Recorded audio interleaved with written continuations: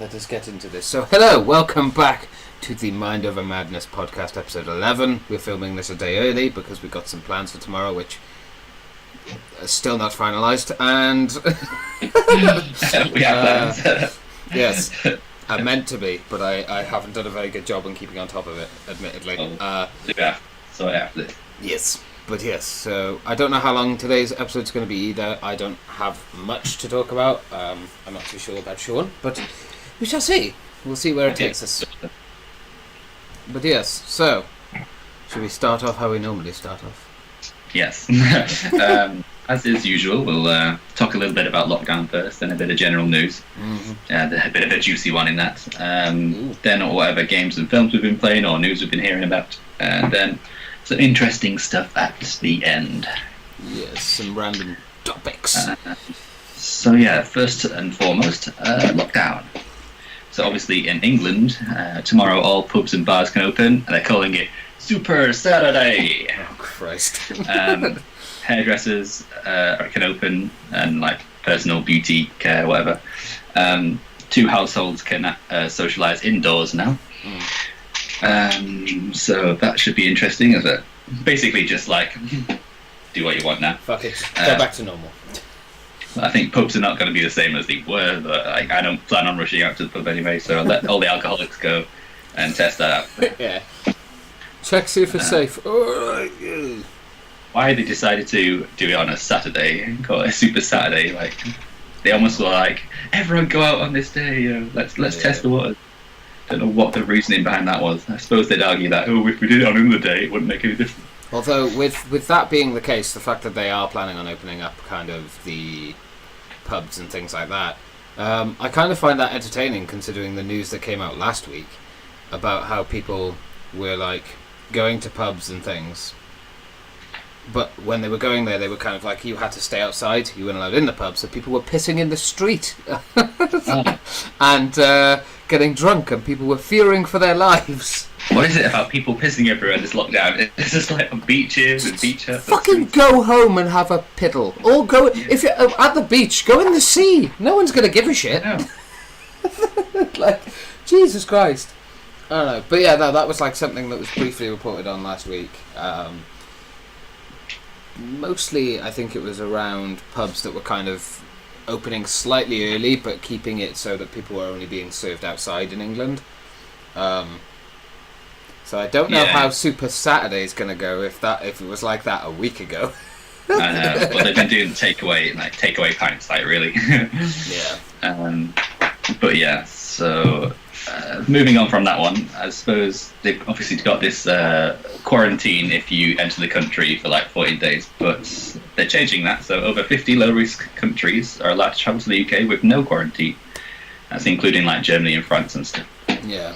That's always good.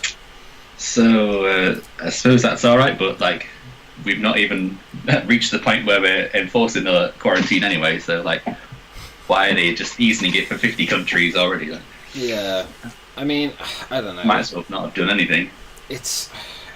I think they're just trying to find shortcuts to be able to open up the country quicker.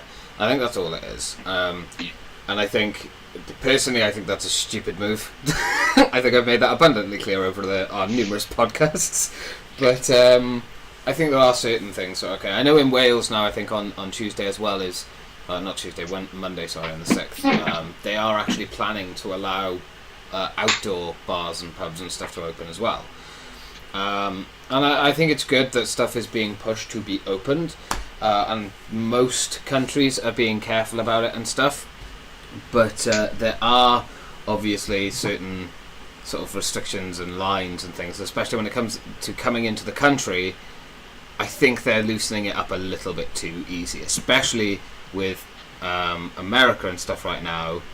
Yeah, a lot of cases are rising. They've gone up by 50% because they're not listening to the rules or the evidence or the science and stuff. And it's like, well, what did you expect to happen? I know, their lockdown is very different than what ours was, like even more so than different countries. Obviously, there's been a local lockdown, one of the first in England, the Leicester lockdown. So it's got a kind of like whack-a-mole approach. Just imagine Boris Johnson like order,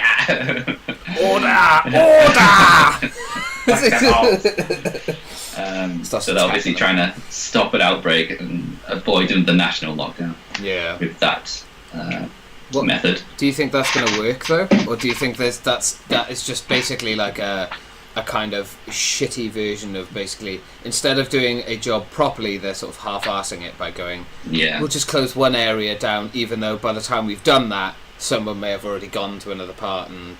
Yeah, it's one of those things where it seems like a good idea until it arrives on your doorstep. Like, yeah, exactly. Oh no, Manchester's locked down now, or London's locked down. Yeah. So I think they're probably just like testing the waters in Leicester, and it's a bit annoying for all the businesses there because they were saying, "Oh, 4th of July, you can reopen again," and obviously now it's you've got to wait for 2 weeks. So I don't know whether people are actually going to follow the rules in Leicester, or they're just going to travel out of Leicester to do whatever they want. Because if I was in Leicester right now, I'd be peeved. Yeah, I'd be pretty pissed off. But I think this is a grave warning, though, isn't it? Like, isn't this something that Boris should be looking at and being like, okay, well, we've been kind of following a similar route to America, but just slower. But now Americans have gone up by 50% in their infections and stuff, and it's going to be higher than 50%. Anyone that thinks it's going to stop there, you're retarded. But... But, in all seriousness, with Boris kind of following a very similar path, how he went off with just kind of like England and pushing them to sort of lead the charge in opening up the country. And now, obviously, already Leicester is being like, mate, you've got to calm down for a second because you're looking a bit dodgy there. Is that like an early warning sign, do you think, that he's pushing this way too much and risking way too much by opening up so much so quickly? Yeah, it seems like it, doesn't it? Yeah. It's just obviously they should have gone in thick and fast to start with, and they didn't. It was kind of a half-assed voluntary lockdown. Yeah, and that's kind of what they're doing again now. I know. And I am definitely one for wanting to open the country back up and stuff. I want to go out again. I miss going out. Like, I went out obviously last Saturday and met up with a friend, got to hang out with him and stuff, which was cool. I can't remember, was it Saturday or Sunday? One of the days. It's Friday. It's Friday, look at that. I got the days wrong. Yeah, no, I obviously went out and it was really cool to go out, but seeing, like I said, people not listening to the rules and, people still pushing their luck, like, it's just inevitable something is going to re-happen again because people aren't taking this seriously enough. Yeah, or it's just a case of they're trying to push this message that everything is fine now, Yeah. And like they're going to gloss over the numbers and make sure everything appears to be going in the right direction. I mean, I get why they're doing that, because it's like we want to keep calm, we want to keep everyone confident that we're doing the right thing. That doesn't mean you lie to people. You have to be honest, because at the end of the day, people are only going to listen to what they're told.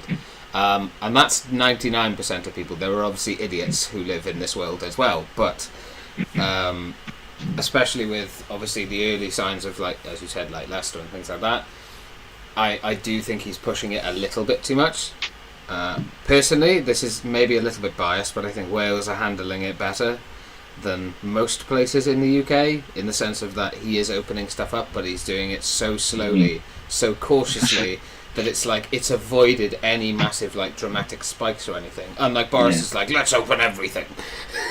Yeah, I think Wales has been a bit more cautious in that regards. They've kind of waited for England to make the first move, and they're always a bit kind of last out of Scotland, Ireland and England to make any decisions, which is fair enough. They've got the benefit of hindsight. Yeah, I think that does give us a slight advantage that we have a sensible leader.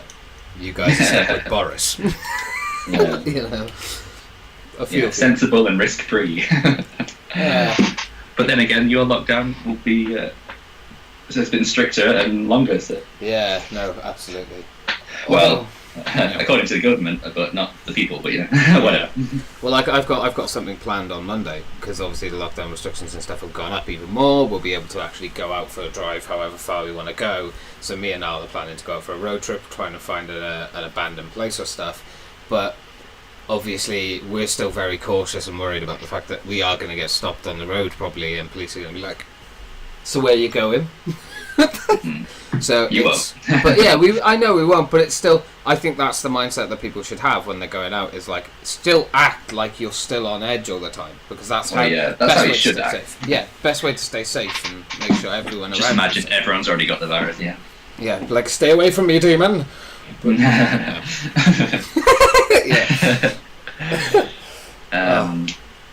So yeah, there's a few more things. Compulsory to send kids back to school in September. That's when it's going to be. So parents do no longer have an option come September to keep their kids off. They have to send them back, and that's the law now. And they'll face fines if they don't. So.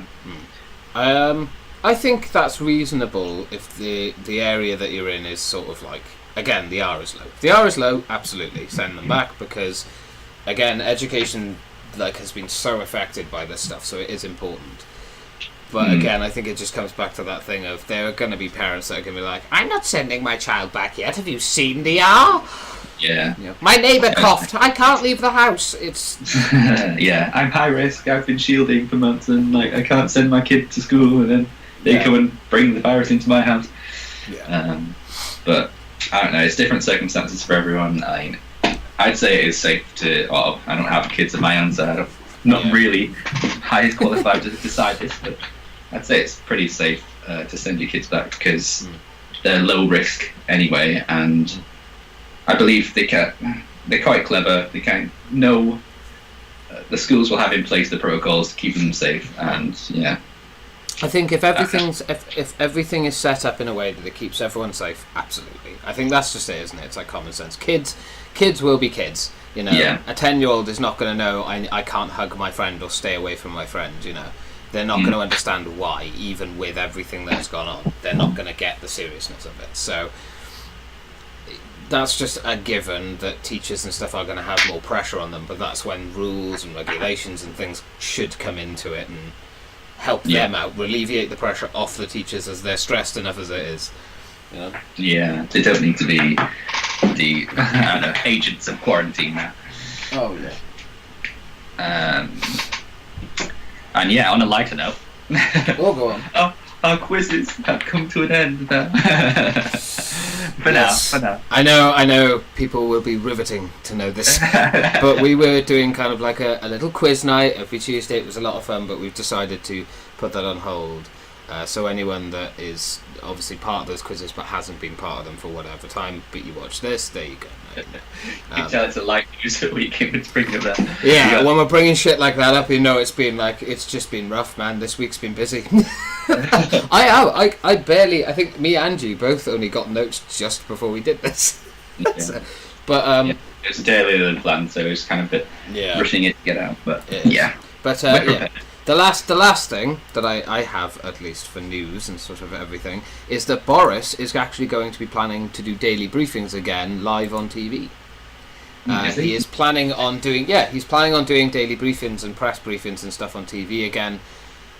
I kind of wanted to get your thoughts on that idea. I haven't read too much about it. I just kind of read like the first understanding of it, learning kind of why he's doing it and whatnot. And it's kind of to just sort of answer certain questions. I think that's the general gist. But I think it's a bit not pointless. But I would say then why the fuck did you say the last one you were doing was the last one you were doing?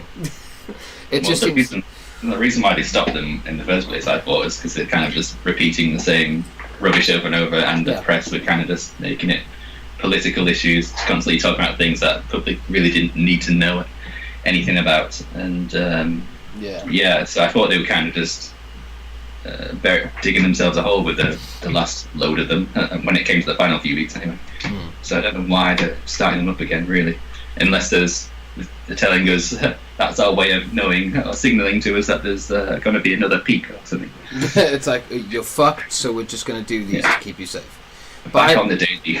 I think, the answers are probably out there. They're probably written in tons of things, articles and stuff.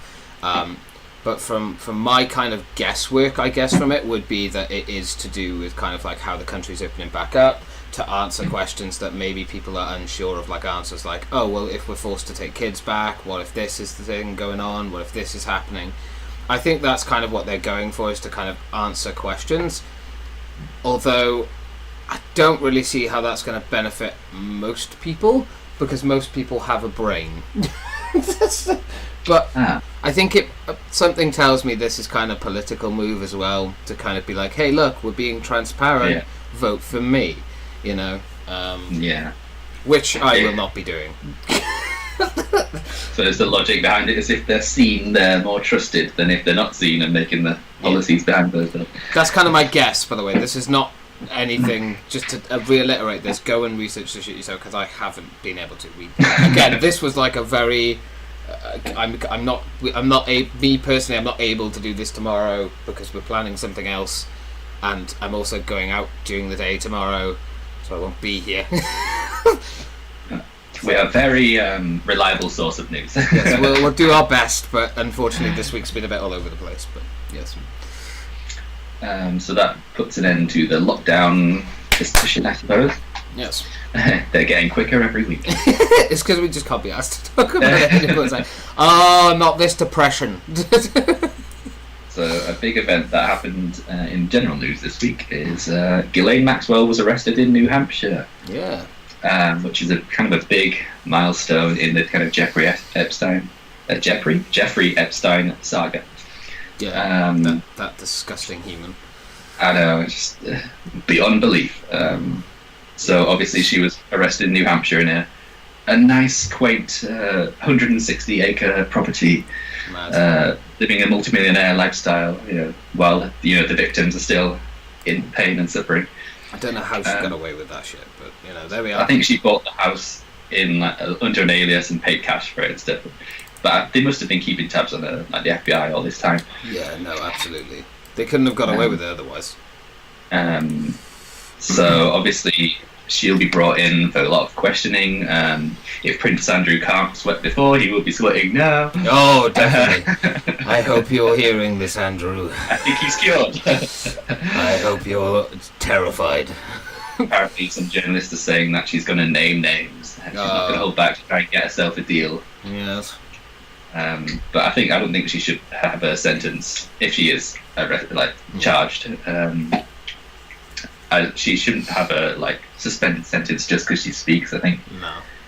The abhorrent crimes. I think she's charged with soliciting minors to Jeffrey, or kind of sometimes interacting with herself, normalizing abuse. It's disgusting, man. Like, if she doesn't end up in jail for life, I don't know what the fuck you have to do to get in jail for life. Like, it's ridiculous. I get it, she wasn't the person to... Well, no, they can't even say she wasn't doing anything to them, because in the stories, she was! Yeah, she was one of his high-ranking associates, and his girlfriend for a time. So... Gross. She shouldn't burp into the mic. Oh, it's disgusting. Interesting.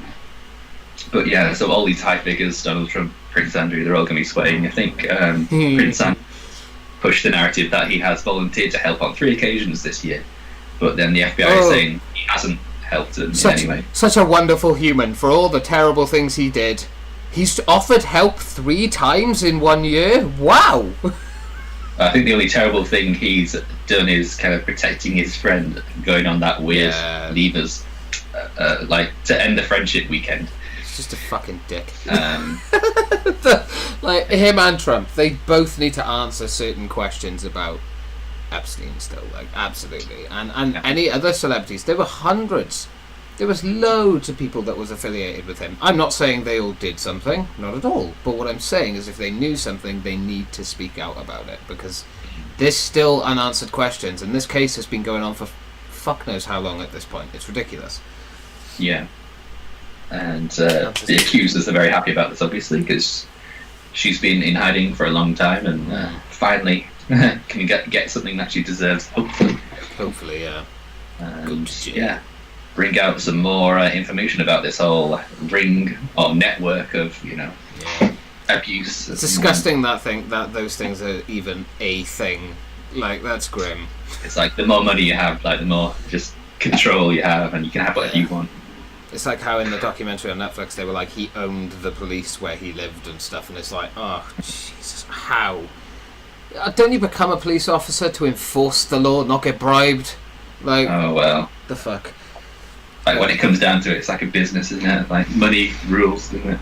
Yeah, sadly. But yeah, so that is one big event that happened. I actually haven't written down anything else, so do you have anything else? No, literally nothing. Um, It's the thing is, the weird thing, when I looked up news and I was looking up stuff to like kind of talk about and things, I found a couple of things obviously that we're going to talk about in the film stuff, which we'll get to. But yeah, in regards to like actual news and everything, though, a lot of it seems to have just kind of gone back to gossip, kind of normal shit. Like I'm not seeing much about COVID as often anymore. There's still stuff there, of course there is. It's still important for them to be reporting on it, but it's nowhere near the level it was, you know, say 2-3 weeks ago. Like we could literally go on the night before and find just tons of shit to talk about, whereas now it's kind of gone back to normal.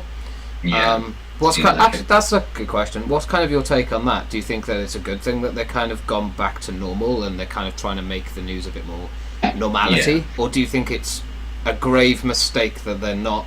They're trying to push out the information on COVID and kind of go, hey, look at celebrities and what they're doing, you know? Yeah, maybe a bit of a distraction, but I think even the people telling us the news are getting bored of it now. Yeah. It's kind of good that they're giving us a little bit of a respite from it, because it has been intense over the past few months, and it is kind of, cases are in general going down. I know they're going up in some places, but like in general, it appears with like the end could be in sight, like as a glimmer of hope. So yeah, it had to come to an end sometime, and they are kind of phasing it out slowly. So yeah, I'm happy about it. I want to hear about different things. Yeah, fair. Yeah, I think that's. What about you? I think it's a good thing, but I just hope that they don't push it out too much. I think that's my only thing. They still need to have a limit and a number of kind of a certain amount of it, but I think they are doing the right thing by cutting it down a lot, because I think people are getting burnt out a lot, and they are kind of like, Jesus Christ, can we just have our lives back? So, like, you were getting headlines every 5 minutes at the start of this, like you would have just made yourself crazy looking at them all. Yeah. So it's important to limit yourself, but then again, inform yourself at the same time. Yeah, definitely. All right then. Games. Gaming. What's been going on, my dude? Well, Fallout 76 has introduced seasons this week. So obviously they've got their own kind of battle pass, although it's not paid. Oh yeah, that's okay. But, that's good stuff. But it's fuck all in it. There used to be daily challenges and weekly challenges where you could earn atoms, which was their in-game currency. Now they've replaced them with XP towards this season pass. So you no longer get to choose your rewards, or you get the currency. There are some little bursts of currency in the season pass, but not much, not enough. Yeah, of course. Basically, so it's kind of their way of kind of just taking a little bit of currency away from you, whilst giving you this season experience. I think I saw something along with loads of other games that are doing it. I think I saw something on this about Fallout 1, and apparently it's like one of the worst that's ever come out. But well, it's also free, I suppose. Yeah, I haven't seen anything on it. I haven't I've obviously seen people talk about it or whatever, but I haven't seen kind of what it looks like. I've not gone on Fallout 76 in I don't know how long at this point, but no, I mean if it's free, you can't really grumble. I think they should allow kind of just whatever you're doing. Like if you kill an enemy, that XP goes towards it as well. I hope that's the thing. If it isn't, no, you've got to do these challenges. Bethesda, you're fucking stupid. You have been for ages. But I do kind of hope, I guess, maybe it is a good thing. Maybe the challenges and the daily stuff is a good idea. You know, people probably felt quite inclined to do it before because of the atoms, whereas now maybe they'll kind of be like, oh, I'll just play it for a bit of fun. I don't really give a shit about the challenges or the things. I don't know. There's always a silver lining, I guess, but they're not charging you anything, but at the same time they're taking away that opportunity to get the currency that you can buy for real money. Yeah, I think that's going to be the kicker, isn't it? It's going to be like the amount that you could get from before, just doing the dailies and the weeklies, and kind of the amount of atoms you could get then. How much compared to what you're getting in this free pass? Is it better or worse? I think that's what it's going to come down to. You could normally get like I'd say about 200, 300 atoms in a week. Nowhere near as good. If you did all the challenges, but now you're probably limited down to about 100, if that. Jesus. Yeah, not great. But So, that's just guesstimating. I don't know if people who are long time playing it non-stop, I don't know if they can get more, but I'll have a look-see in the next week. We'll have to jump. I mean, it all looks very pretty and Fallout-esque with the like little Snakes and Ladders style season pass. Yeah. It's a whole new UI for it and like a new section in the menu for it. It's like, thanks. We'll have to The Adventures of Pip-Boy. We'll have to have a look at that. And Yeah. have a ganders and maybe talk about it a bit more in depth next week in our experience. But Yeah. That's I looked interesting. into it. I like looked at the challenges, but nah. It was just like, nah, not for me, man. Did you have any games? I've got one more, but I've got two things. So I'm still obviously playing through Unity. I'm almost done now. I kind of wanted to talk about it as a game because there are stuff I love and hate about it. And I'll say this much: the story is actually kind of interesting. The story got shit on a lot, I believe, from what I've seen people saying about it in the past. The story was like one of the things that was shat on the most, which I find incredible because I think the story is not amazing. It's nothing out of this world, but it is interesting. I like kind of the side missions, the murder mystery things, the riddle stuff. I like all that. But the gameplay. It's not. It's not good. I can't express. There's like this armor set that once you've done all the riddles, you do like certain puzzles and you get the armor set. And one of the puzzles, I think it's the third one, is kind of like you have to hop across all these different things and you have to kind of get across, and it's spraying out gas, so timing is impeccable. The game doesn't work. You literally cannot. You get to like this one and it's like you're on this one, the other one's like slightly lower, so the game can't register you're trying to tell it to go left. It just doesn't. It's broken. I managed to just about do it. I think I nearly broke my controller for the first time in like many years out of frustration, but I did it. But it's just, I don't know, I don't get it. Like it's fun, but like it's the same thing with the fighting. The moment you have more than 3 people at once, the game breaks. You can't fight. You're not allowed to fight back. I was pressing square. It's not working. Why?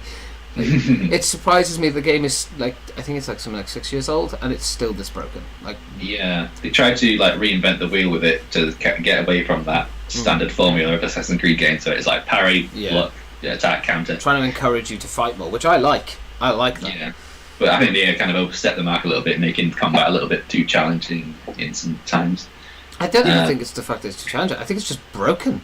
Yeah, it did have a lot of glitches to start with. And it's still like the amount of cutscenes, his face still disappears. That's still a thing. I'm like, why? I don't get why they just moved straight off it as well and didn't bother to try and fix it. Yeah, that's what surprised me. I mean, they could have fixed most of the things wrong with it in like a month. Like Ubisoft have unlimited funds. Also, they've had a lot of accusations and things go on against them. We'll talk about that another time because there's a lot to research and look up. I think like 2 people at Ubisoft have actually been let go because of accusations of like sexual assault and harassment. So I want to do a bit more research before diving into that. I know someone might point that out in the chat while I'm talking about this, so just in case. We will talk about it next week, but I don't have enough right now. But yeah, no, Ubisoft's a good game. Ubisoft's a good game. Unity is a good game. Ubisoft are not a good company, but Unity is a good game. It's just a shame that it's a bit fucked and all over the place. But it set a good precedent for them trying to change it. I admire that. The fact they didn't just keep it the same formula, they actually went, no, let's try and make this slightly different, because Christ almighty, that counter parry. But I obviously played it when it was my very first game on PlayStation 4, like I've said before, and I think I was a bit like, next generation, it's so cool. So maybe I had a bit of BA goggles when it came to that. It does look pretty good as well. The game looks pretty and everything. Put it this way, it's definitely made me excited to play Syndicate, because I know Syndicate kind of takes a lot from Unity as well, from what I've heard. So I am very excited to play that. And Unity's not a bad game, but there are certain things about it that just shouldn't. They're ridiculous. But yeah, story good. Overall, glitches in gameplay. Game is okay. It's an okay. Buy it on a sale. There you go.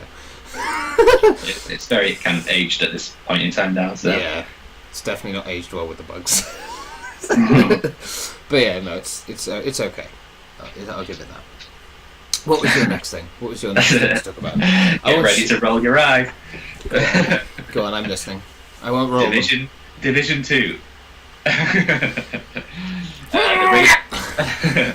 Raid obviously released this week, but not without its controversy. Of course, there's always something. Apparently, a document leaked detailing the mechanics of the raid before it actually came out. So the world's first completion is brought under question. Were they cheating? Yes. Who the hell manages to leak a document or put things in the game that you can data mine to get these like mechanics, like scene? Like, I know. How can they let that slip? I know this one. Massive. Yeah, no, I saw a video on this, talking about it and sort of going through the document as well, and it was kind of like, I'm just genuinely surprised at how this happened with the limited number of people also working on Division 2 now. Like, how? How do you leak it? And then obviously, as you said, like the world's first have been questioned. I think that's a bit silly. I think it's a hard job to fucking do it anyway. I think it took them like 11 and a half to 13 hours, something like that. So I mean, if you can put that many hours into it and you do it first, you've earned it. You've earned it, mate. You still play the game, you earned it. Yeah, exactly. But yeah, I don't know. To be honest, I'm so done with the Division 2 that even just hearing like them having more issues kind of just makes me giggle at this point, because I know, it's a bit of a joke topic at this point. Yeah, it's unfortunate because the game itself is not bad. It's just the idiots behind it that don't know what they're doing. I mean, at this point, you're just like, whatever the next thing's going to come out is going to be, you just know it's going to be riddled with some kind of controversy or bugs, so it's not going to work properly. But just bring it up as a bit of a laugh now.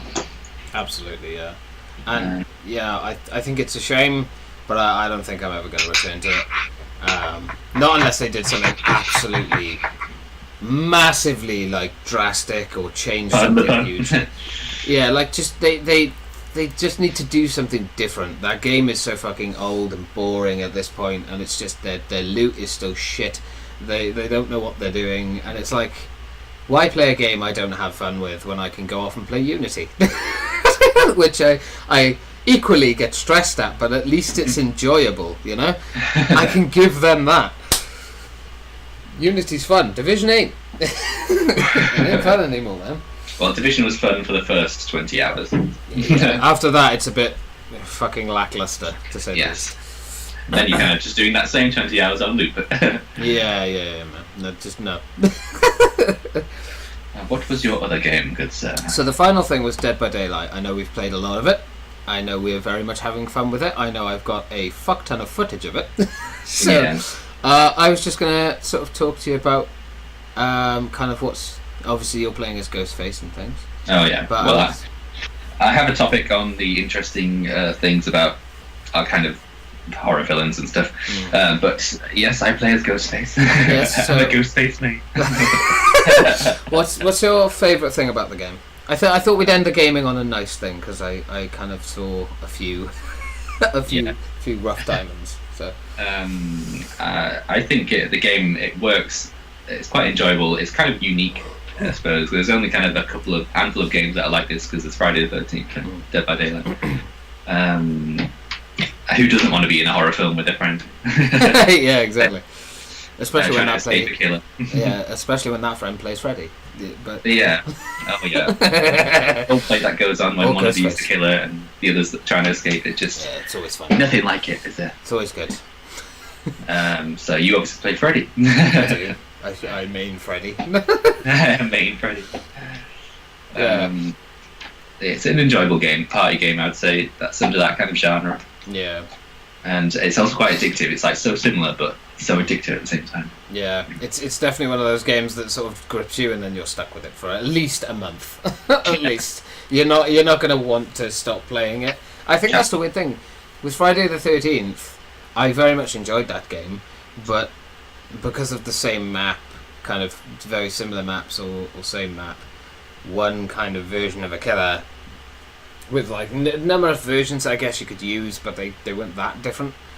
And then this one you can literally play as completely different characters, and it's just more fun. So I'm kind of just waiting for them to bring out a Jason now and be like, yeah, fuck you. Yeah, there's a group of like 5 or 6 of us that play it now, and that because my sister's partner introduced me to it like a few weeks ago, and I was like, oh yeah, it's something I've heard of. It's not one I really wanted to play really that much because I didn't really put the time into it. Yeah. But I did give it a go. It's like, okay, so now I'm getting better at all these skill checks and all these things. It's getting better. And then I was like, oh, here we go, another game that I'm going to be playing on my own. But no, now we get too many people wanting to play. Yeah, and then we can't even get a fucking game going. I know. Because someone just keeps disconnecting and the fucking internet doesn't work. You know who you are. You know who we are. You know what you've done. But yeah, no, it is good fun. And surprisingly, I heard about the game like I think at launch. Because when I was with my ex, who I won't name just to be respectful, but when I was with her, she played it a lot, and she was like, "You got to play this game. You got to play this game." I never played it, and now I'm playing it. I'm like, why did I not listen? Yeah, it helps that they've got licensed killers and things. You can actually live your childhood dreams. Not that many people have childhood dreams to be a serial killer, but... And also, they've done, I don't know if you would agree, but they've definitely done something with the game that I've never seen another game do. So in the game you kind of have like perks and upgrades and stuff you can have for the characters that you unlock over time. We played it essentially where we were forced not to use them. And it was still just as fun. Like, it didn't... And that's the weird thing. It still feels just as good with or without the perks. Like, it doesn't matter. And with games, that's difficult to do. Like, once you feel powerful and you've got all the perks, like, that's it. You're like, I'm sold on this way of playing. But no. Like, it's fun all the time. It's great. It's wonderful. Yeah, I agree. Is there anything you would like to add on to the Last of Us 2 discussion? And now that it's been like a week or so, had time to simmer. I kind of stick to my thoughts on it. It's a shame because the gameplay is good. Yeah. The story is not bad, but it's just unorganized and a mess. Yeah. And it should. There were so many better ways they could have done it. Like, I know Neil Druckmann has now come out and said that he knew people weren't gonna like the story, which just Neil, shut the fuck up. You didn't How get great that. Is that? That's great. I'm working on one of the most anticipated games ever to be made in history. You're not gonna like it. I don't think anyone's going to like it. No, you didn't. You thought you'd get away with it. Don't lie about it.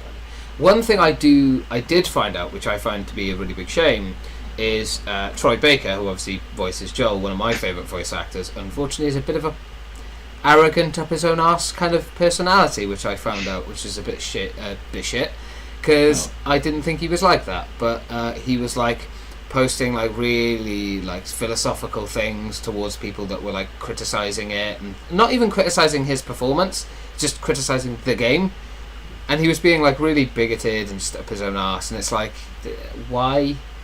It just feels like there's kind of just like 5 or 6 A-lister game actors are in every single fucking game you can think of. Yeah, well, I mean, Christ, him and Nolan North are both in the Avengers games as well. Yeah. Like, they're playing Bruce Banner and Iron Man. And I'm like, what? So they're like the Hollywood A-listers of the game world, so I think they probably let that celebrity status get to the head a little bit in today's climate. It's a shame, man, because they are... Well, Nolan's fine as far as I know, but Troy, really talented voice actor, and yet he's got such an ego apparently, which I guess is fair. You're gonna have an ego if you're in that position, but don't let it fucking get in the way of people being able to criticize things, not even his work, just the fucking game. Yeah, they should kind of stay out of that thing. Let it be everyone's personal opinions, and if people are like bullying or something, or putting hate on their feeds and stuff, then that's not right. But no need to be a dick about it. That's not okay. If you're sending abuse to people, fuck you. But if you're just criticizing a game, there's nothing wrong with that. But yes, that brings end to the game discussion, I believe. It does indeed. So now we are on to movies and Netflix. Movies. Yeah. Anything? I started watching a film on Netflix called Apostle. Ooh, cool. It's kind of an earlier early 20th century film with all that kind of style. Lots of like dimly lit lanterns and huts and things. Yeah. And horse-drawn carriages. It's about a man who finds out his sister's held hostage by a religious cult, and he goes to save her. And yes, all kinds of weird things happen in there. Okay. But I haven't actually finished the film because I kept turning it off. Was it that great that you just had to be? I have to drag this on. It's like a UK produced film, so Oh. yeah, it's all right. I just need to kind of get into it. You need to be in that zone to like watch something like this. I get you. But yeah, that's the only film I've attempted to watch this week. I tried. I think I watched a documentary again. I watched it for like the second time, which was the documentary on Netflix called "Don't Fuck with Cats." That incredible arrogance from the police force. Chills down my spine. Yeah, the guy is disgusting. I'm so glad he got arrested. The mother, oh, what the fuck is wrong with her? Like, my son's innocent. Fuck off. It's like crazy. He's not innocent. There was a video of him doing it. Like, and then what shocked me more is when the police knocked on her door for the first time. She was like, "Oh, you hear about the cat videos? You were nunny? You knew?" Like, kind of fucking sick asshole are you? Like, and she's like, "My son is a lovely human being." Yeah. What is it like this makes me sick. Yeah, it's a fact. I do advise people to watch the documentary because it is incredible what these just everyday people who wanted to try and find out who did these despicable videos to these innocent, defenseless animals, and they actually find them and stuff. But you also get to see the side of the police and how ignorant they are, Yeah. and how up their own arse they are because they don't want to listen to people on the internet. They all think they're crazy, and it's like, well, you literally. And something escalates. I won't spoil too much, but something escalates and something dreadful happened because they didn't listen. And it's just a fascinating way of seeing another side of a story that you probably never would have seen if it wasn't for that. I think the documentary is like 5 years old now, but it still holds up today. It's incredible. Yeah, it's amazing the detective work they managed to pull off with like no resources, just a laptop and and mad. Communicating among themselves, and they're really getting into it and really trying to help.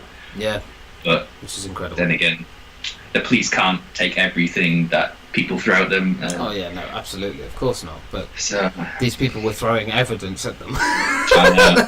and they were like, "No, we don't listen to internet sleuths." Although I think it is slightly different now. The guy perpetrating these crimes just loved all the attention. Oh, that guy! I just wish he was like. I can't say it because it's just wrong. I'll tell you after the show. But Jesus, I just don't like him. He should be punished. Oh, so many ways. Right, there's 2 news stories that I actually came across as well, which I thought we could talk about in the movie section. So the first one was actually the fact that there is a sequel to Scott Pilgrim in the works. I don't know if you've ever heard of Scott Pilgrim. Yeah, Scott Pilgrim versus the World, isn't it? Yeah. Apparently, it's being discussed as they speak. That was quoted from the actual. I think it was the director Edgar Wright, who also obviously worked with like Shaun of the Dead and stuff, which is I love him as a director. He's brilliant.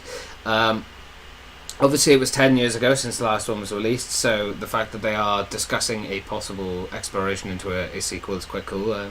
Kind of wanted to know your thoughts on it. Do you think it's a good idea, or do you think they might be... I don't know, because they're obviously going to have to change the cast, right? It's not going to be the same people, so, I mean, what do you... I think it's one of those things, no one really asks for it, but I suppose I'm excited for it. The first one was good. It's based off comics and stuff, isn't it? Yeah. I suppose they've got some material to kind of base it off, and I think Edgar Wright's a fairly competent director, and he'll be able to sort something out with that. Very, very talented director as well. Oh yeah, but yeah, no, I'm excited for that. And the second piece of movie news that I randomly came across was that Ben Affleck has supposedly, there is no physical actual evidence of this. I actually read this article just to make sure. But he's meant to be actually reprising his role as Batman. He's apparently signed a contract that means he's going to be on the HBO Max show for it, so he'll be coming back as Batman. Yay! If oh, you're so happy. I'm actually, I don't know, I'm excited for that, man. I liked his version of Batman. It was the same with the fucking Joker, like Jared Leto's Joker. It's like, oh, it's so bad. It's like, you don't even know the backstory because they fucked it up. Like, Yeah. there's so much more to it. I mean, it didn't make sense, and Batman was killing people, which completely against Batman. But you know, I'm excited if they do a good job. Come on, 10 out of 10. It seemed like the DC Batman and Superman recently kind of sucked the joy out of them a little bit and kind of made them all bleak, dark anti-heroes. And like, I don't know. I want me Batman back. I think the problem with DC compared to Marvel is the fact that DC is naturally darker. It's not meant for kids. Like, the idea when DC first came around was it was meant to be a darker universe. So just make it 15 and 18 rated films. You'll make more money off it. They are comic books, yes, absolutely. But look at the material. It is not designed to be kept and suppressed in like a PG-13 kind of fucking box. It's designed to be let loose and go fucking mental. I mean, the Joker, for instance, is just one of many of Batman's. Like, you've got Scarecrow, Bane, all these different characters that literally do not fit into a teenage universe. I know. You know, they're designed to be fucking lunatics. Yeah, they end up with like a conundrum of like an adult villain trapped in a film for like teenagers and younger kids as well. And I don't know. They need to really go the whole hog and make the villains scary again. Yeah. And the heroes slightly more heroic. Yeah. The strange thing about it is apparently this announcement is meant to be happening before September, but they're apparently going to get the official announcement on the Snyderverse. Batman is going to be returning. So the idea is that obviously the Snyder cut that's coming out for Justice League, which apparently is going to be around 4 hours long, which is fucking insane. Apparently that's when they're planning on bringing him back in and kind of reworking a bit. Okay. But they aren't just bringing him back, apparently they, quote, are bringing everybody back. So Wonder Woman, Aquaman. Yeah, everyone. Now, I think Jason Momoa's Aquaman really worked. I think he plays that role very, very, very well. Not so stoked about Cyborg and Flash. Those two are not great. No. I think Gal Gadot as Wonder Woman is fantastic. It's incredible. She was like the best part about that universe in my mind. Henry Cavill as Superman. I was never really into Superman anyway, so I couldn't give a shit who plays him. Just he's there. I don't care. But yeah, I don't like heroes that are too powerful. Yeah, no, Wonder Woman. It's just perfect. But then you've got fucking Captain Marvel. Just It's like, no. Swing in to save the day. Yeah. Oh fuck! Actually, that's something that we're going to talk about quickly because technically YouTube classes as movies and TV and shit. Brie Larson having her own YouTube channel. Thoughts?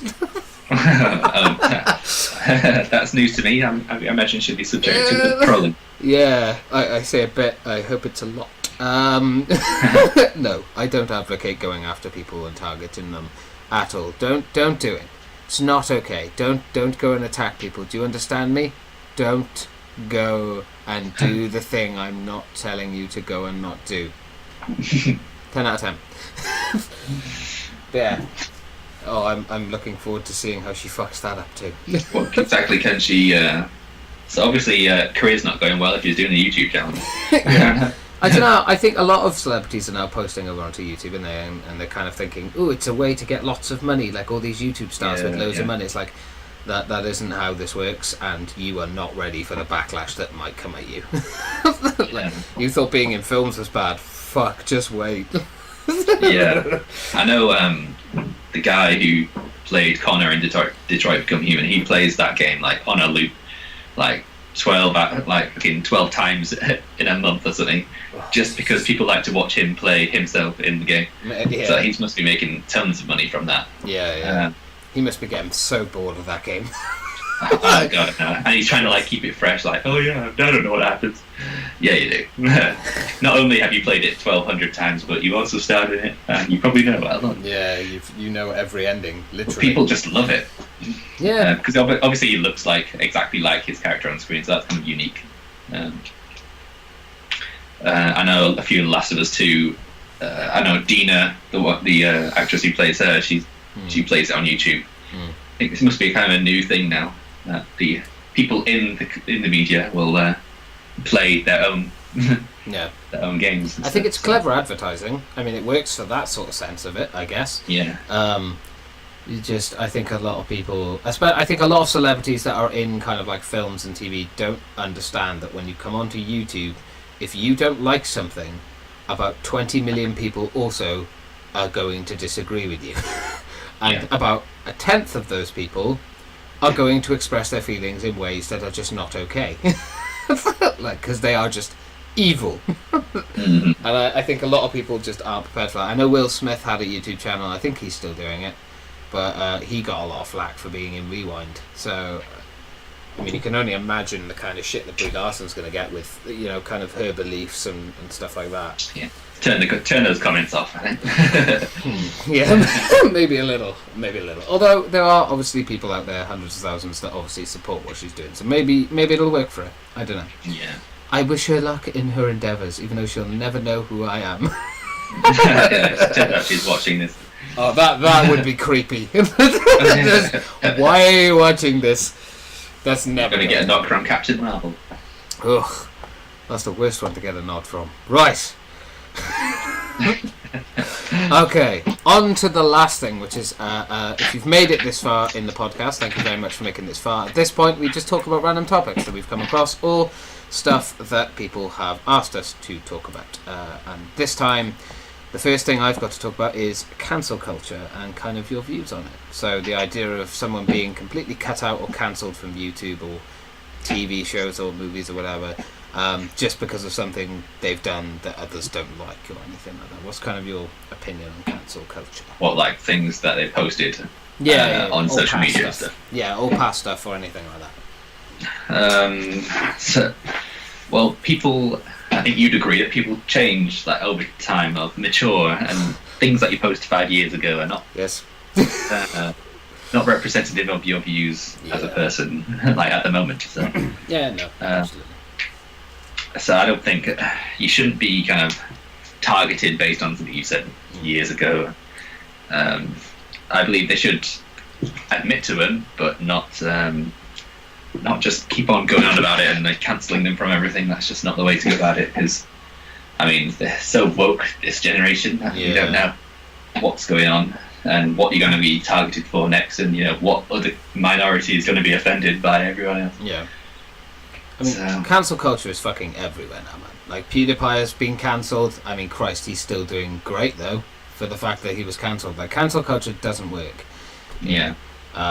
It's just an aggressive way of being like, I don't like this thing, listen to me, get rid of it. And it's... Yeah, people at the top trying to censor the people at the bottom. Yeah, no, exactly. And I think there's just 4 steps to... You don't need cancel culture, it's just the 4 steps. Acknowledging what they did, talking about it, and explaining why it was wrong or whatever, apologise and move on. Yeah. Like, it's as simple as that. If someone goes, no, I still believe in those homophobic things that I said, then it's like, yeah, you're a scumbag. You should piss off. But you know, if they talk about it, and I think one of the most prevalent ones that I can think of is Kevin Hart. Like, he made a number of homophobic jokes, stood by the fact that he wasn't going to apologise for it, didn't even get to host the Oscars because of it. But stood by Ricky Gervais does manage to. Oh, I love him just hosting. It's brilliant. But you know, then Kevin finally apologised because he understood it wasn't just about, you know, apologising for doing those tweets. It was acknowledging what had happened to that community that he had made those jokes about. And it's the same with anything, but people instead, it's just happened to The Last of Us 2. People are like, boycott The Last of Us, Naughty Dog suck. No matter how loud you scream, they've still made millions off this game. Yeah, and they don't, you know. They don't care what you think. It's as simple as that, and that's the thing of it. You know, it's just kind of people like review bombing shit or anything like that. Like, cancel culture just doesn't make sense to me. I don't get it. Yeah. You know, if someone does something wrong, or they do something I don't like, I just simply don't watch or play their content. There you go. It's very easy. It's not hard. I can't understand how someone could waste their life being like, I'm going to dedicate my next 2 months into calling this person a prick. It just there's whole like YouTube channels that dedicate themselves to just putting other people down constantly, like throwing other YouTubers under the bus as that is their main occupation. Yeah, I don't know about absolutely. It's just like bad apples. Bad apples in the nest. So yeah, I think we can both safely agree cancel culture sucks and it shouldn't be a thing. Yeah. Ta-da! There you go. That's and it doesn't work, and the people who've been cancelled probably get more attention from it. Yeah, do you know what? Ironically, that probably is the biggest thing about it. Is that people who supposedly get cancelled, it's almost a badge of honour. Getting bigger, you know. I know, it's incredible to me that that's still a thing. But there we are. So a little bit of a different one, I guess. Relating to films, I just wanted to ask what our favourite horror film villains are and why. Ooh, tricky. So I guess I will start. Oh, hang on a second. Yeah, hang on. Hang on. Her. What's your favourite character? Oh, brilliant! I love it. Just a little pun, just to. So yes, my favourite is Ghostface from Scream. You don't say. I've loved Scream ever since I first watched it, like years ago. I think it just turned the formula on its head. It's very self-aware. It's kind of goofy, but not too parody. Yeah. All 4 films have a sense of cohesion. It's the same director, it's Wes Craven, the same trio of cast members. It's got Neve Campbell, Courtney Cox, and David Arquette in all 4 of them. I believe that's a quadrilogy. It's the same composer for all of them. They've all kind of got a unique spin on the horror film genre, which is what I love for some reason.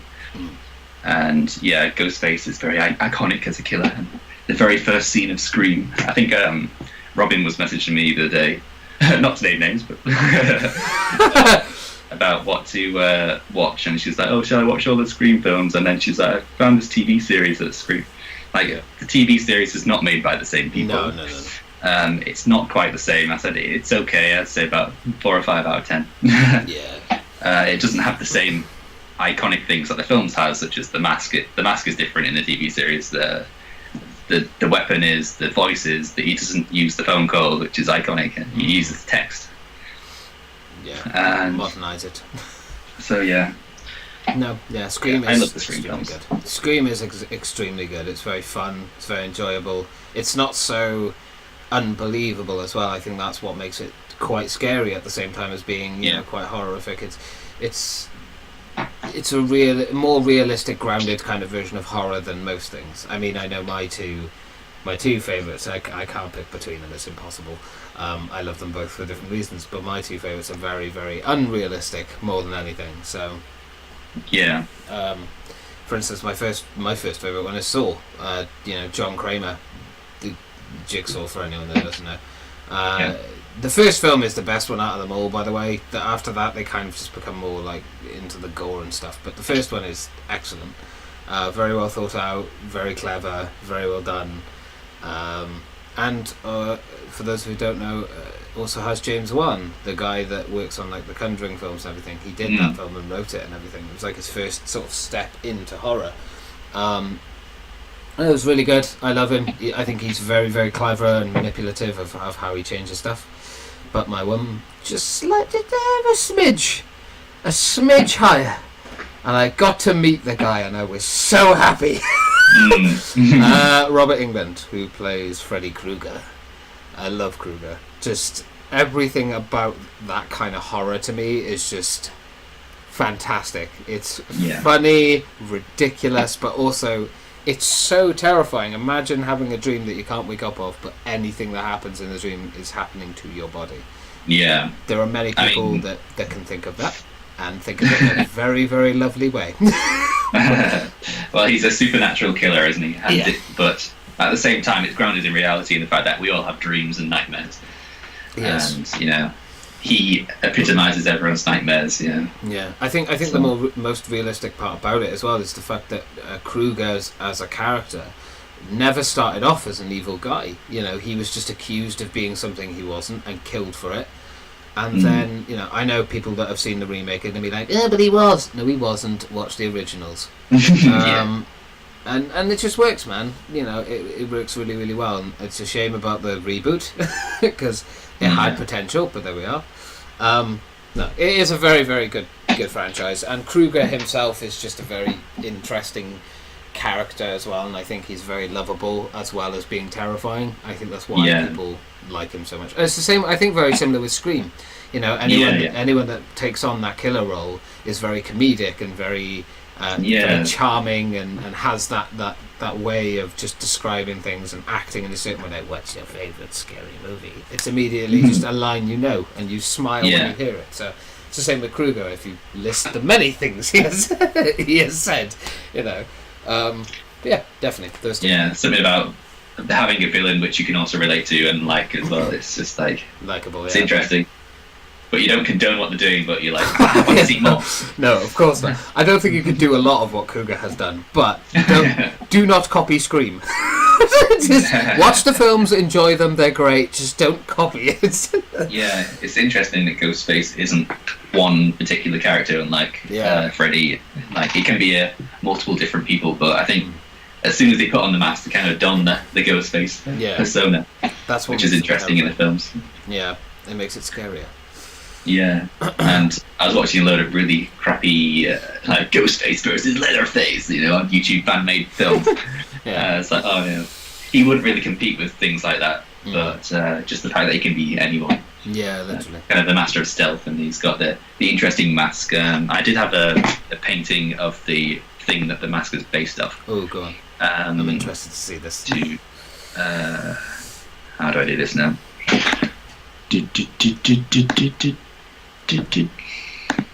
Okay, so that is painting the famous by Edvard Munch. Is a Norwegian artist, and that is what the mask is actually based off. Yeah. It's a scary fucking picture. I've seen that photo. That thing is so famous now. I know, it's so famous, and you see it in quite a few places. But yeah, it's very uncomfortable feeling while I'm looking at it. I'm not gonna lie. I just thought I'd put that up there so you don't have to edit it in. Yeah, just that. I'll put a picture of Kruger next to Sean's face, because then it's me, Sean, and then Kruger. And Ghosty. And Ghosty, Ghosty can be somewhere too. But no, definitely the very quick answers. But yeah, so why do you think people enjoy horror films? Like, why do you think people enjoy being scared?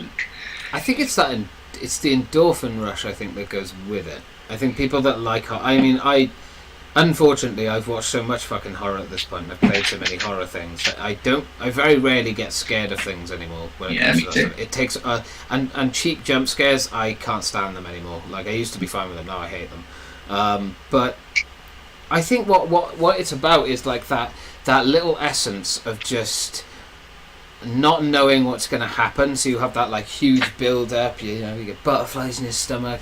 Your brain's pounding. You're like, what? Just get the fuck on with it, and then just boom, and it hits you, and it's like, oh, Jesus Christ. I think it takes that. For me personally, my favorite kind of horror is psychological horror. So slow building, not physically like a jump scare or anything, but just the realization of something, or something very realistic that could happen. That's what scares me more than anything.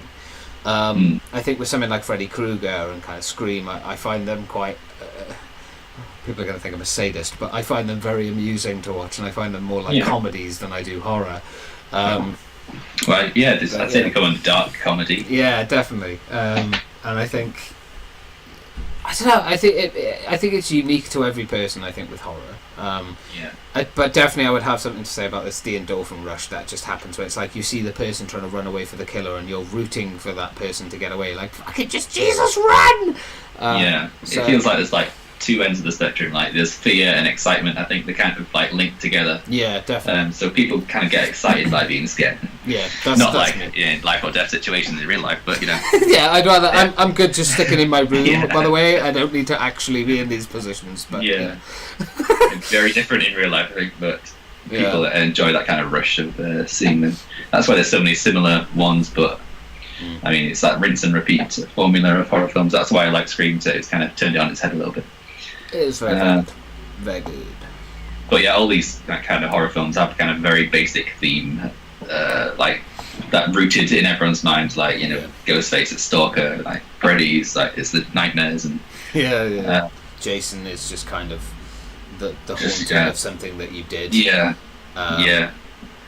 this kind of supernatural, undefeatable being that just is there. You can never, the wanting idea to of kill. not being able to get away. It's literally impossible to survive, kind of thing. You know. Yeah, Leatherface, it's like But- cannibal.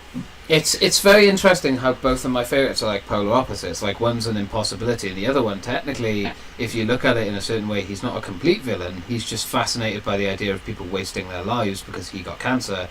So his body could fight off, you know, having a car fall off a cliff and him being in such a dangerous accident he should have died. Yeah, he lived. His body could survive that, but it couldn't survive cancer.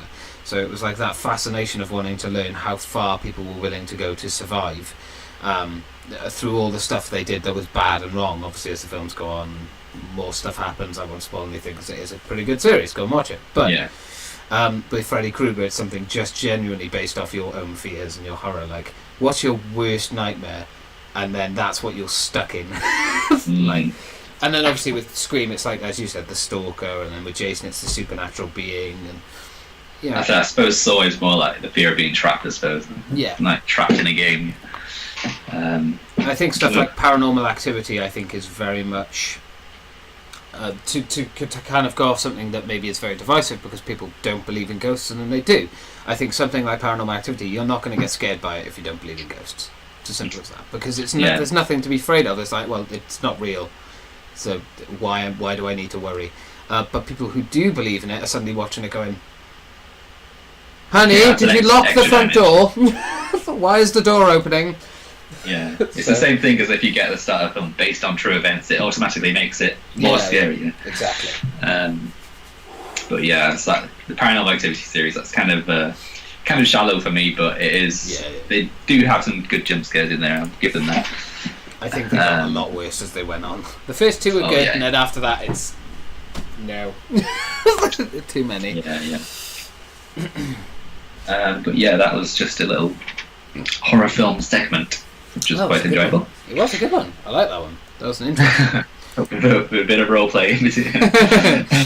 Keep an eye out on the channel for more Dead by Daylight stuff. There's a lot of good stuff coming out soon for that. So it's going to be everywhere. Freddy's here. But if you want to listen to Jay in his role play amazingness, it's hilarious when we all play that game, and I'm just pretending. I don't know. It's just enjoyable, man. It's the only time I've genuinely had fun in a game and just fucked around for a very long time. living the dream. Yeah, Literally. living the life. Living the dream world. Okay. God,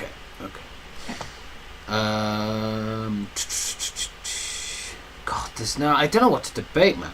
There's so much that we could debate, and then there's just stuff that I think is ridiculous. So if we were to debate it, I'd immediately dismiss it.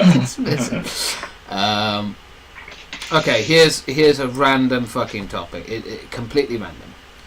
Bottled water should be banned. And now I'm assuming the premise of this is the reason that bottled water should be banned is you can get it out of a tap, don't be a lazy twat, and save the environment by less plastic. That's the thing I'm getting from it. Right. I still think it's fucking ridiculous. Some places they have to have bottled water because the tap water isn't safe. Yeah. But yeah, I suppose we could move it on to a bit like the recycling, the plastic use and stuff. Like, do you think that could be reduced, and like the plastic in our oceans, like it's so harming for the wildlife and stuff like that? I do think people need to. I think if people are recycling, that's great, whatever. But I think we need to find a way to stop using so much plastic. Jesus Christ, it's everywhere. You know, whenever you go to the supermarket, you're buying things, and some of the plastic things can be recycled, some of them can't. Like the cellophane wrapping, you can't recycle that. And during this whole lockdown period, our recycling truck just hasn't been operating, so we're gonna have to put everything in the normal waste anyway. And so, like, all right, so that doesn't take priority anymore. Yeah. You know, all right, we've got this whole pandemic, but, you know, fuck the planet. Yeah, it's just like, now forget about one issue, we've got another one to deal with here. Yeah. This one's most important at the moment. Oh, Christ. It's such a tricky one, because obviously you've got people like Greta Thunberg and many others who I can't name, because I'll be honest, I don't know, that are talking about the planet and are very passionate about it and wanting it to get better. But the problem that there is that I feel like a lot of people are doing a lot to recycle and things like that, but there's so many rules against certain things. For instance, I think it's black plastic. Yeah. That can't be recycled. Why? Yeah. Why? It's plastic. Oh, the colour. Seriously? Yeah. Seriously? Like, it's... I don't get it. And then you've got, like, hard plastic is not allowed to be recycled in some areas. Why? It's plastic. Well, it's hard plastic. And there's no kind of uniform code. Everyone's got different bins and different times and different slots and different things to be recycled. Yeah, exactly. And it's I don't know. It's such a messy fucking system right now. There's a funny one, like, we have a garden waste bin, and I think either me or my mum put like a dog turd in there. It's like, and then, like, the bin then wrote on our bin, "Do not put dog waste in this bin." I'm like, what? That's garden waste, right? Yeah, that's an interesting thing though. If we want a garden waste bag down in Wales and stuff, we have to ask for it. Yeah, we have to pay for ours. It's not just compulsory. We have to ask for it, and I'm assuming that is probably the same. We'll probably have to pay to have one if we want one. But I find that incredible. Like, you have to pay us if you want to recycle and help the planet. What? Why? That makes no sense. Garden waste, but no dog turds, please. Oh, that's it. But, you know, horses are allowed to shit anywhere they want. Oh my goodness. That's a different debate. I think recycling is such a weird topic to talk about, because I think everyone can agree it's a good thing. Yeah. But it's just the execution of it is so different everywhere all over the world that it's just impossible to keep on top of it. I think it's just something we're never going to be able to keep on top of unless, like, laws change and stuff, and it's like, well, you can't use plastic for this kind of thing anymore. You can't use tin for this kind of thing anymore. You know, and they kind of separate certain things from it. So instead of bottled water in, like, a plastic bottle, they're like, have a reusable cup that you can use constantly, all the time. You know, people could do that now, but let's face it, people are too fucking lazy. I think I use... where is it? It's right here. I use this. A big empty thing of tropical juice water. That's good for recycling. That's 2 litres, but I emptied it, and now I just use it to fill my water. So I have 2 litres of water all the time on me everywhere I go. It's like, you could do something as simple as that, but people are like, but I really like Coca-Cola. Or I really like tropical juice. So it's like, I think it just comes down to lifestyle, and some people aren't going to do it. I know. We saw, like we were talking about the other week, the amount of litter people leave at beaches and stuff. Why? So people's attitudes need to change about it as well. Like, do you know what it is? We don't care. The exact thing of it is, it's not affecting me right now, so why do I care? And then the moment it affects them, and let's say the planet's fucked, by the way, we've polluted it so much now we've got to move to Uranus. Like, they'll be like, oh, well, it wasn't my fault. I didn't. No, it's all of our faults. Regardless, we all should have done more. And it's, people are not taking it seriously enough. And then, like, if you literally type it in, there's so much evidence and facts, and there's so much information to learn about it. Granted, there was a fuck ton, so no one knows everything. But you can educate yourself enough to be like, oh, now I see why it's so important to do it. Now I see why it's so important just to have a bottle of... Like, if I want a bottle of water, keep one bottle and just keep filling it with tap water. You know? And I know that can't happen everywhere. I get that. But then that's why, if you can do it where you are, it's so important that you should be doing it. Because it just saves so many fucking, not only animals and stuff, but human lives. You know, humans could end up going swimming and swallow whatever the hell is in the water. That sounds dreadful. And I hear things about all these microplastics that are in everything that we have. We consume millions of these like little bits of plastic, like every day, like in tea bags and stuff like that. Yeah. And it's all going into our food, and like that's only going to increase with the amount of pollution put in the earth. Yeah. So that can't be good for us. That's going to cause all sorts of health problems in the future, I think. Yeah. I think the problem is like, again, I think our generation, kind of like the under 30s, early 20s kind of thing. I think our generation is like, and yourself, Sean, don't worry. This early 20s. Yeah, you're still part of this generation. Okay, there's not that many years. There's not that many years. People are going to be like, people who don't know us now are going to be like, oh, their age is different. James was older. There you go. There's a question. Who do you think's older? But yeah, no. I think this generation is kind of the most aware of it. I won't say woke. I fucking hate that word. Oh. The most aware of it and the most sensible with it, as we are with many different things. You know, not just recycling. There's human rights and obviously the Black Lives Matter movement. All of that stuff we've discussed before. But with recycling, again, I think it's something that we are the most aware of, and we're kind of like, hey guys, when you fuck off and die, we've still got to live here. Can we not fuck the planet up, please? So, yeah, I think there's a lot of new stuff coming out every day with it. Whether or not it'll be stuck with or anything will change, unlikely. But it'd be nice to see if something did improve with it, you know? There needs to be a massive push of like renewable energy sources, like instead of coal and oil and stuff. So yeah, nuclear power. Oh fuck.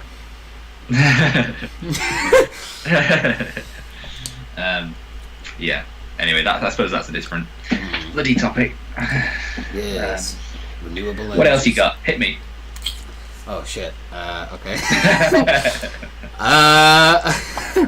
Okay. Here's an interesting one. All right. This is actually an interesting topic. So juveniles should be tried and treated as adults in a court of law, depending on the crime. I suppose what are we classing as juvenile? Under 18? Yeah. Under 18s, obviously. Now, for anyone who isn't aware of the legal system in that sense, say a 12-year-old got caught thieving, they're probably given a warning.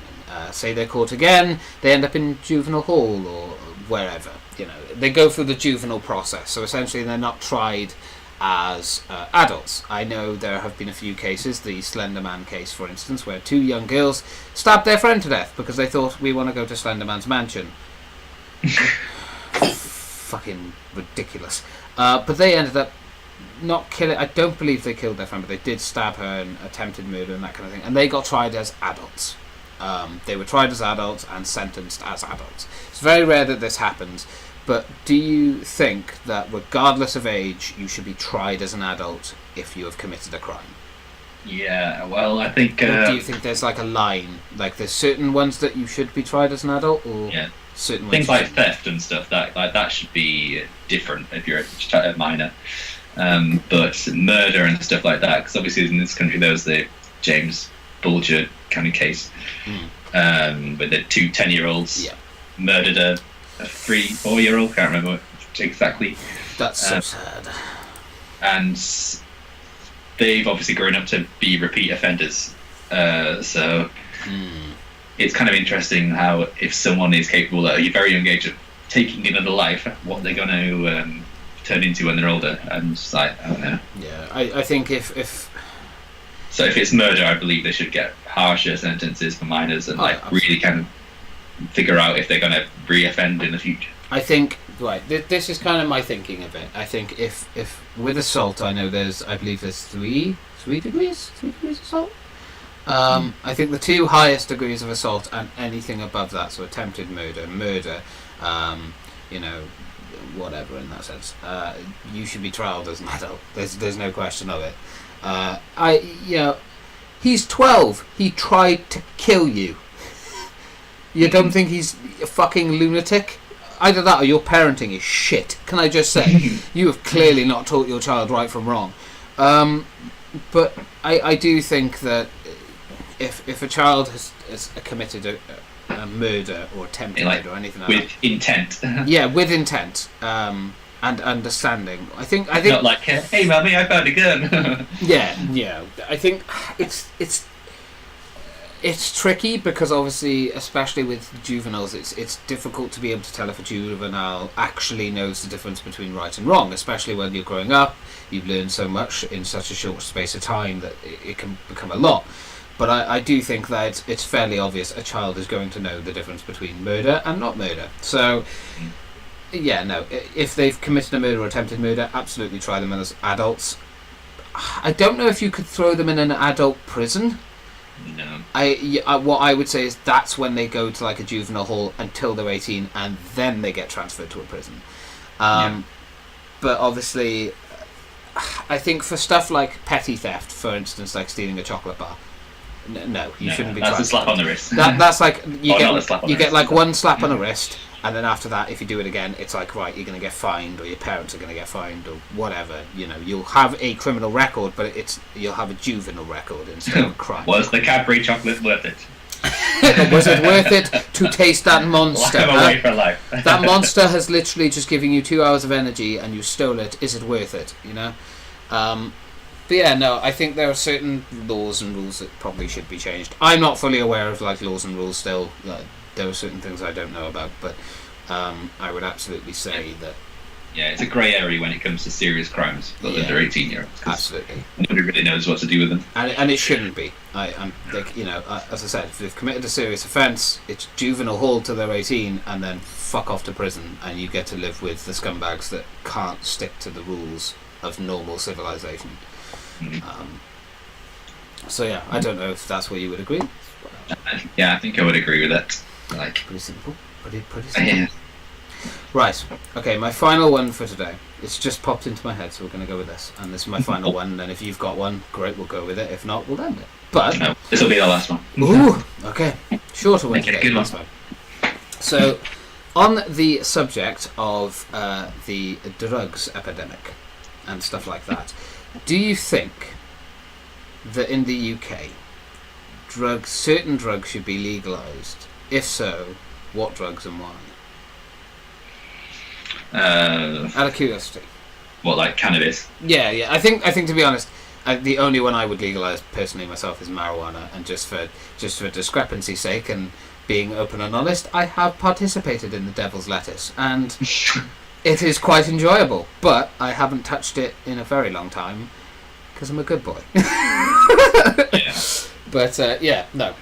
Well, for medical purposes, I know people with, I can't remember the disease, but it's like shaken neural disorders. That can really help them, live a normal life.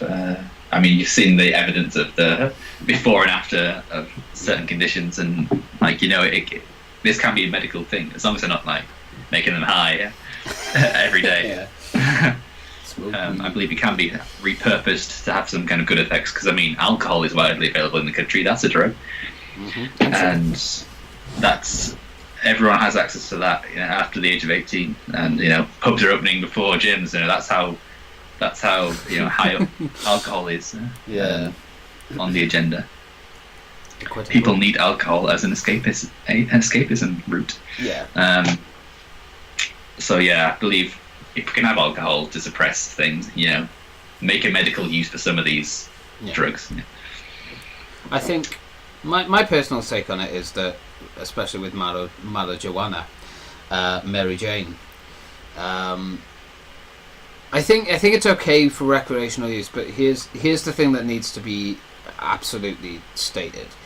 Is if it should be legalized in this country so that they could sell it and make tax money and whatever off it. I do think that's a good idea. However, I think it should be extremely regulated. So you can only buy so much in a week. You're only allowed to have so much in a week. You have to have a medical, sort of mental health test before you start having it, because if you're not in a good mind space, it's not a good idea to touch that shit, because it will make you worse. And this is coming from someone that has smoked it. You know, you will get worse if you have a shitty mind space. I think if you're in a healthy mind space and you're in a good headspace and a good mindset, I think you'll have more understanding, more control, kind of better sort of judgment on it. I think if you're in a bad mind space, you're obviously going to want a escape. You're not going to want to live in the real world, and that's when it becomes dangerous. So that would be kind of my thing. I think regulate it, make a bit of money off it with tax, but make sure it is heavily regulated, and make sure the people that are buying it are only buying a set amount a week, and also are only allowed to have it after they've had a mental health test and they're okay. You know, they're okay, they're cleared to have it, and they won't have any serious effects from having it, you know. Yeah, I feel like legalizing it for recreational use is kind of just opening up a can of worms, especially in this country. People don't know how to take it. Yeah, limits. They don't know limits. Then again, it's like alcohol's available, so I don't know anymore. It's a tricky one. I mean, I do see the cons from definitely making it legal. I think there are a lot of bad things that come with it as well. I mean, granted, yes, okay, it would lower crime and everything, but I think what I've just described is basically utopian. I don't think it would ever happen. It'd be impossible to regulate everyone that's buying it, and it'd be impossible. Our towns and cities would stink as well. Yeah, yeah, no, it would reek. So yeah, I think it's a very double-edged sword. I think there are good things about it. Definitely, as you said, for medical use, absolutely. If it can help the person. I think for recreational use, there's still a lot more conversation to be had. I think it should be allowed for recreational use if it could be heavily monitored and kept on top of. But then that is a very difficult thing to do, and I understand that completely, and I get that the government would be like, mate, we can't do that. If this lockdown has taught us anything. Yeah, exactly. Like, they not only cannot stick to the rules, but the government are shit at enforcing them as well. So it's definitely a questionable one that would be looked at. Oh, by the way, any other drug can fuck off. Like, no. No, like anything higher than that, which is everything, no. Well, it's like an epidemic of those fucking laughing gas things. What the fuck? Young kids that you're doing these days, like, they don't understand the side effects. I remember when I was back in school, people were like taking aerosol cans and deodorant cans and sucking on them. How is that fun? Lynx Africa. Tasty. Like, no. How does that even work? Sniffing glue. Yeah, I don't get it. I remember making jokes in school about sniffing glue and then pretend to pass out. Yeah, like, I don't get it. That kind of shit I don't understand. Marijuana, I kind of get it. It has pain relief stuff and it can help with mental health, but it can also, it's a seriously bad thing if it's abused. So, I don't know. It's tricky conversation to have. Very hard to get the balance. Yeah, absolutely, especially with something as easy to get addicted to as that. Obviously, you can have it in tea, you can eat it in edibles, you can smoke it, whatever your preference may be. I wouldn't advise smoking it. That's going to hurt your lungs. But, yeah, no, I would say don't do it in this country because it's not legal. So, use your brain. But, I can't really say much since I participated. But, yeah, no. Tricky one to discuss and work out the answers for, definitely. So, on that bombshell, I think that is the end. I think so. Well, it was a good one. We had a lot of good stuff. A slightly shorter one, but it's been a slightly, slightly more lacking of news week.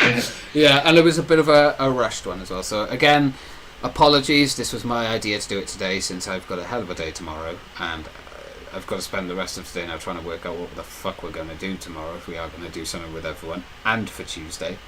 I do have a few ideas, which we will talk about in a moment. But yes, thank you to everyone who's watched this. I hope you're still enjoying these podcasts. I mean, if you are, great, 10 out of 10, thank you. And, keep letting us know what you're thinking. If there's anything you want us to talk about, as always, put it in the comments. What are your favourite horror film villains? We want to know.